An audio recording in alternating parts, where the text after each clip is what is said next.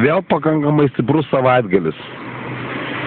Penktadienį eks-mokyklos stafo barmenų ir didžėjų organizuotas privatus vakarėlis, kur sumokėjus Seimo mokestį gėrimai visi skaičiuoti. Tai buvo pakankamai stipru. Šiek tiek atsigavo šeštadienį. Buvo stebimas Sportimoje Žalgiris Reo rungtynės. Vėlgi laimėjo mylimesnė komanda, mėgstamesnė Žalgiris 2-1. Tuomet dar šioks toks video bloginimasis ant Subačiaus apžvalgos aikštelės.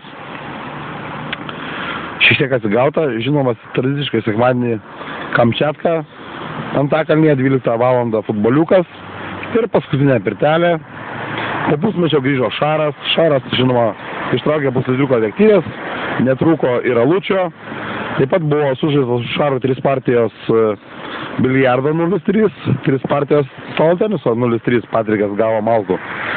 Ne tai yra svarbiausia, bet buvo atkaklus mačai tiek ten. Ir žinoma, Patrikas nepamiršo savo įsteigtos